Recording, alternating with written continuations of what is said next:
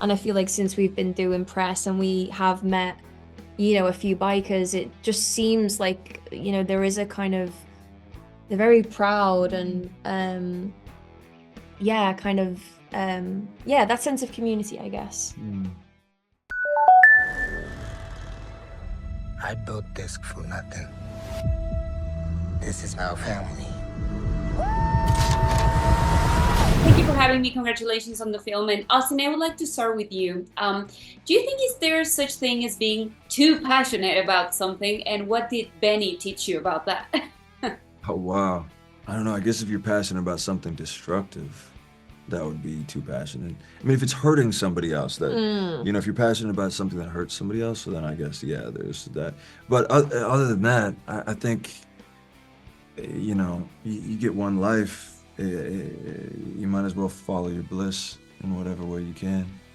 As someone who played a character who saw it all from somehow outside, even though she was sort of part of it, what do you think was the real drive, or what is the real drive? Because I know these clubs still exist, for these guys to stick together. Ooh, I mean, I think their drive came from a sense of belonging, of community, of being kind of kindred spirits in a way of having a mutual love, but also sense of identity within something, which I think is really quite beautiful. And I think that's the way the Vandals start, and then over time kind of changes and it's a bit more violent and destructive, but like that's how it begins. And I feel like since we've been doing press and we have met, a few bikers, it just seems like, there is a kind of, they're very proud and, yeah, kind of, yeah, that sense of community, I guess. I'm Benny. 5 weeks later, I married him.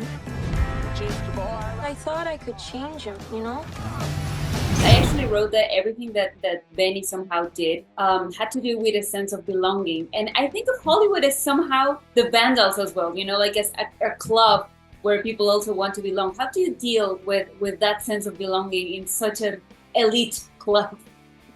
What comes to my mind is that I was such a shy child, and I through random occurrences, I ended up on a film set when I was 12.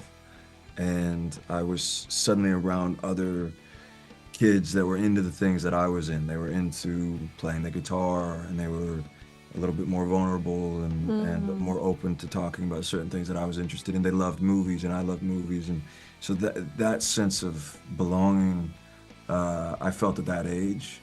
And so I was very grateful to come across something that I was passionate about, that I could find other like-minded people, and then through that process, it helped me to be able to understand how I related to the world, So I think, yeah, that's where my mind went when you asked that question. The club got real big real fast. They started running drugs, gambling, prostitution. Is that what this club is now? There's a very nice moment in this film, which has everything to do with crying, And I have always been curious about this with actors, because you obviously, or most of you, can cry on cue. Does that have anything to do with your emotions at all? Like, does it affect your emotions in any way to cry on screen just because someone asks you to cry for a scene? Or it has nothing to do with it?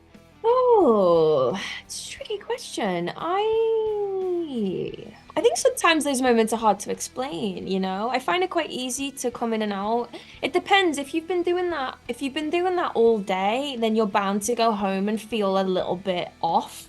I feel, just because there are elements of this job where it's like, okay, this is make-believe, it's pretend, but you then go into sometimes very high intensity, highly emotive moments, and you're repeating that and you're tricking your body into feeling that emotion. And I think we'd be very naive to say, oh no, that doesn't affect me at all, because your body is going through that.